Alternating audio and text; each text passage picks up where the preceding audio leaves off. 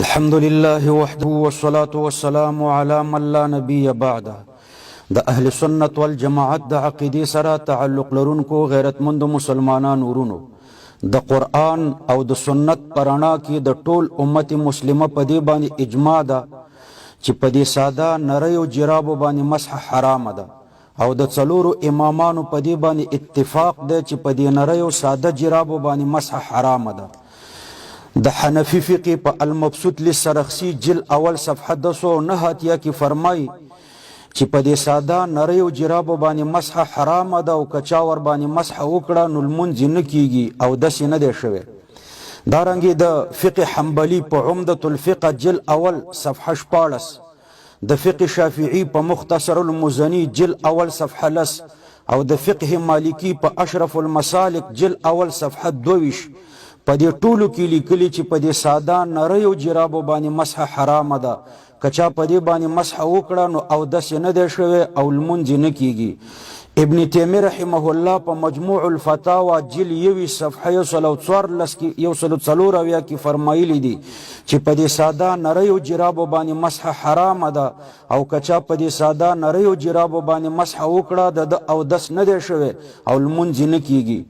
نو ګوري ورونو، د قرآن په آیات کې د پښو د وینځلو ذکر دی، او د رسول الله صلی الله علیه وسلم په 2 احادیثو کې د پښو د وینځلو ذکر دی، او په دې نریو ساده جرابو باندې مسح په هیڅ صحیح حدیث کې نه دراغلی.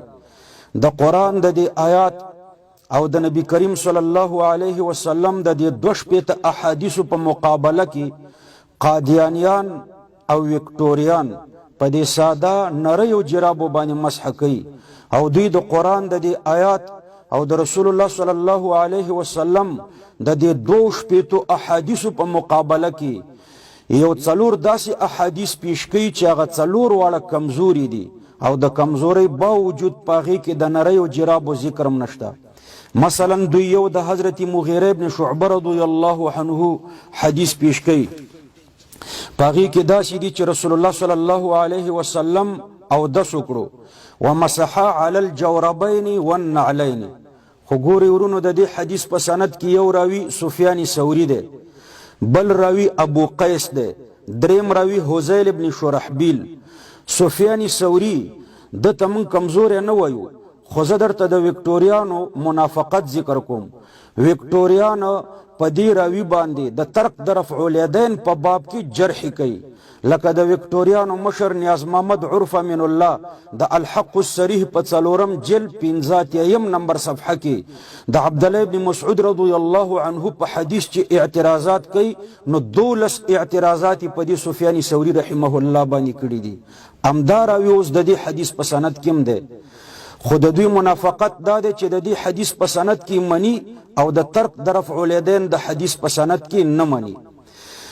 دا دوه راویان نور ابو قیس او حذیل ابن شرحبیل، دا دواړه راویان اتفاقا کمزوری دي، او د دوی دا روایت د 80 یا د 90 روایاتو نه خلاف دی چې په هغوی کې د خفینو ذکر دی، او دا د اصول حدیث قانون دی چې کراوی سقی او د اوثق نه مخالفت وکړي نو دا غیر روایت شاذی، او چې راوی کمزور او د سقه نه مخالفت وکړي نو د روایت منکری.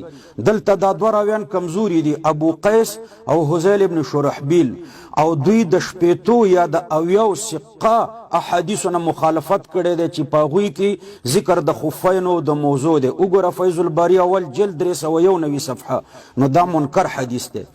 نو یو خدا چې پدې کې سفیان ثوری د وکټوریانو په نس مدلس دی، ابو قیس او حذیل ابن شرحبیل دا دواړه پکې کمزوري راویان دي، او د ثقه راویانو نه مخالفت کړي دی، نو د دوی روایت منکر دی. او دریم دا چې پدې کې خو د نریو جرابو ذکر نشته. امدا حدیث ګوري ورونو، تاسو د وکټوریانو پر رسالو کې مګورئ، دا حدیث په ترمذی کې راغلی دی، او په ترمذی کې په حاشیه کې نه، په نقطه کې نه، بلکې په متن کې ورپسې لیکلي دي چې اذا کان سخینین په جرابو باندې التمسح کیږي چې کلم ماسی وي. ماسی به د خفینو په حکم کې راځي.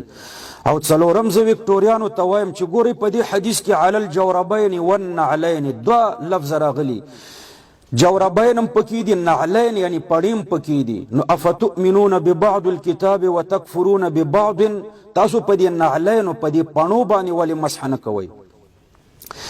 د قرآن د آیات او د پیغمبر علیہ السلام د دوش پیت احادیثو په مقابله کی چې دوی دویم دلیل کوم ذکر کړی دی، هغه د حضرت ثوبان رضی الله عنه حدیث دی چې د صحابه یخنی شوی و، رسول الله صلی الله علیه وسلم ورته حکم کړو چې ان یمسحوا علی العصائب والتساخین، چې دوی د مسح وکي په پټکو باندې او والتساخین او په تساخینو.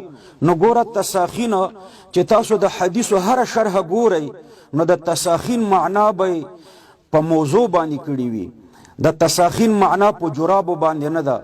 نور حوالی خو درته نه ذکر کوم، خپل د وکټوریانو د کور حواله درته ذکر کوم.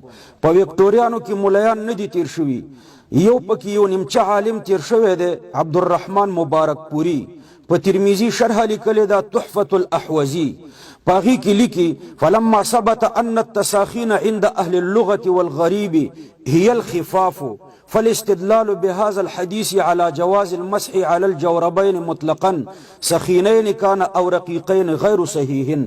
و چې کله دا خبره ثابت شوه چې تساخین جرابو ته نه وي بلکې تساخین دا موضوع ته وي، نو دا زمونږ وکټوریان چې په دې حدیث باندې استدلال کوي د پاره د دې چې په جرابو مسح جایزه ده، د جراب ماسی وي او که نری وي، وایي دا استدلال نه صحیح کیږي.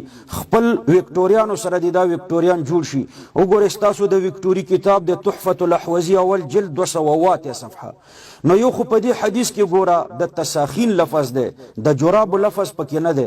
دویم دا روایتم د قرآن د آیات او د دوش پیت احادیثو په مقابله کې راغلی او کمزور هم دی.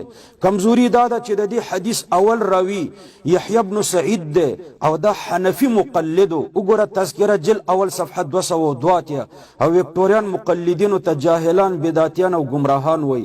نو دا اول راوی په باره کې د دوی فتوی دادي.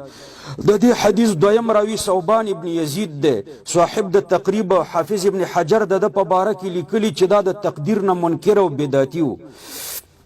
او د حضرت علی په باره کې به ویل چې لا احب الرجل، یعنی معاذ الله حضرت علی وی معاذ الله زمانه خوخیږي.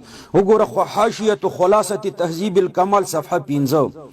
او د دې دریم راوی راشد ابن سعد د کمزوري باوجود چې ده د سما د حضرت ثوبان نه ده ثابته. ګورئ وکټوریانو د خپل وکټوري حواله درته پیش کوم، په تاسو کې صرف یو ملا تیر شوی دی همدغه عبدالرحمن مبارک پوری.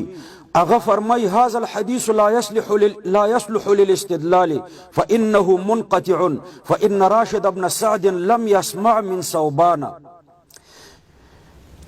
تحفة الاحوزی جل اول صفحه 208. وإذا حدیث منقطع ده، راشد ابن سعد د سما د حضرت ثوبان نه ده ثابته. نو د خپل وکټوري سره جوړ شي.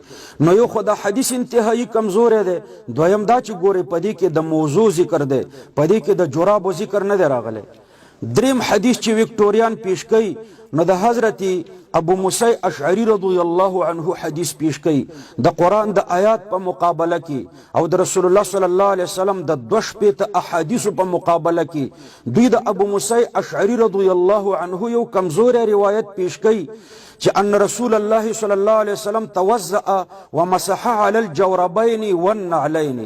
خو زه وکټوریانو ته دعوت ورکوم چې د خپلو وکټوریانو رسالې مه ګورئ. دا حدیث ابو داود کې دی، ابو داود ورپسې وګورئ نو تاسو ته په پته ولګېږي چې دا حدیث کمزوری دی که قوي دی. ابو داود کې صراحتا د دې حدیث پسې وروسته فرمایلی دي ولیس بالمتصل ولا بالقوي، دا حدیث نه متصل دی او نه دا حدیث قوي دی.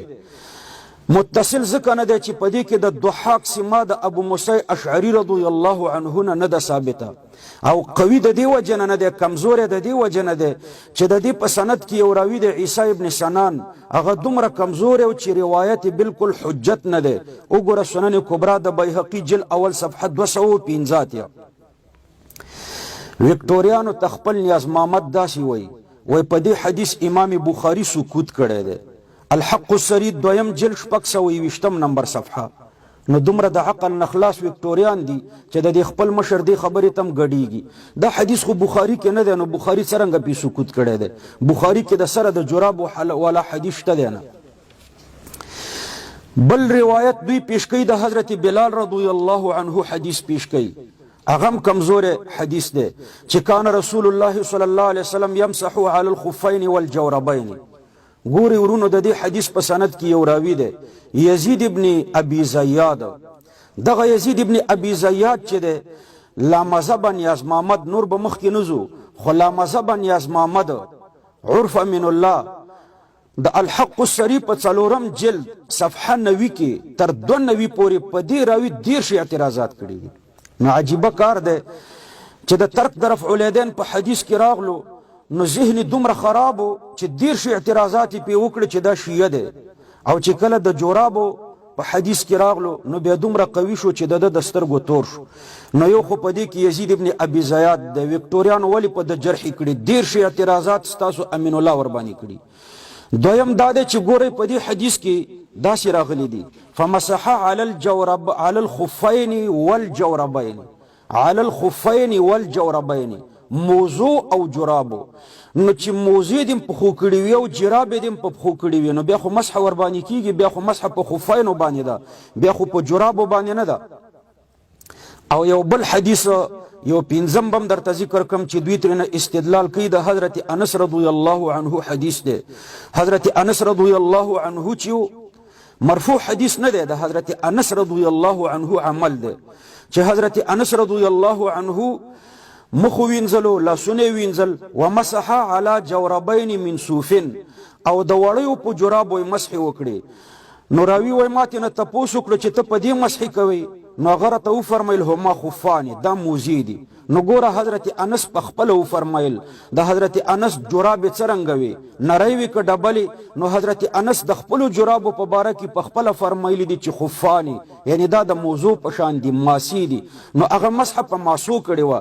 یو بل دلیل هم واوره چې حضرت انس مسح په جرابو نه ده کړی، په دې نریو هغه په ماسو مسح کړی ده. عن راشد ابن نجیح قال رأيت انس بن مالك دخل الخلاء وعليه جوربان اسفلهما جلود واعلاهما خز فمسح عليهما.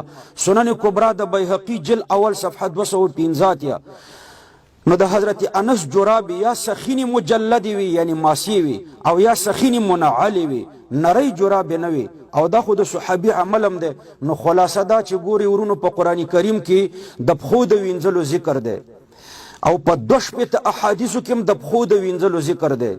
البته په موضوع مسح جایزه ده، د موضوع مسح په 80 یا 80 احادیثو کې راغلی، نو هغه په تواتر ثابته ده، او د جرابو مسح په یو حدیث کې هم نه ده ثابته. که وکټوریان اعتراض وکړي چې تاسو بیا ولې په دې ماسو مسح کوئ، نو جواب دا دی چې دا د جرابو د احادیثو د وجې نه کوو. د جرابو په باره کې حدیث نشته صحیح حدیث، دا موږ د موضوع د احادیثو د وجې نه کوو. یعنی ماسی د موضوع په حکم کې دي، نو د هغه موضوع احادیث ورته په دلیل کې پیش کوو.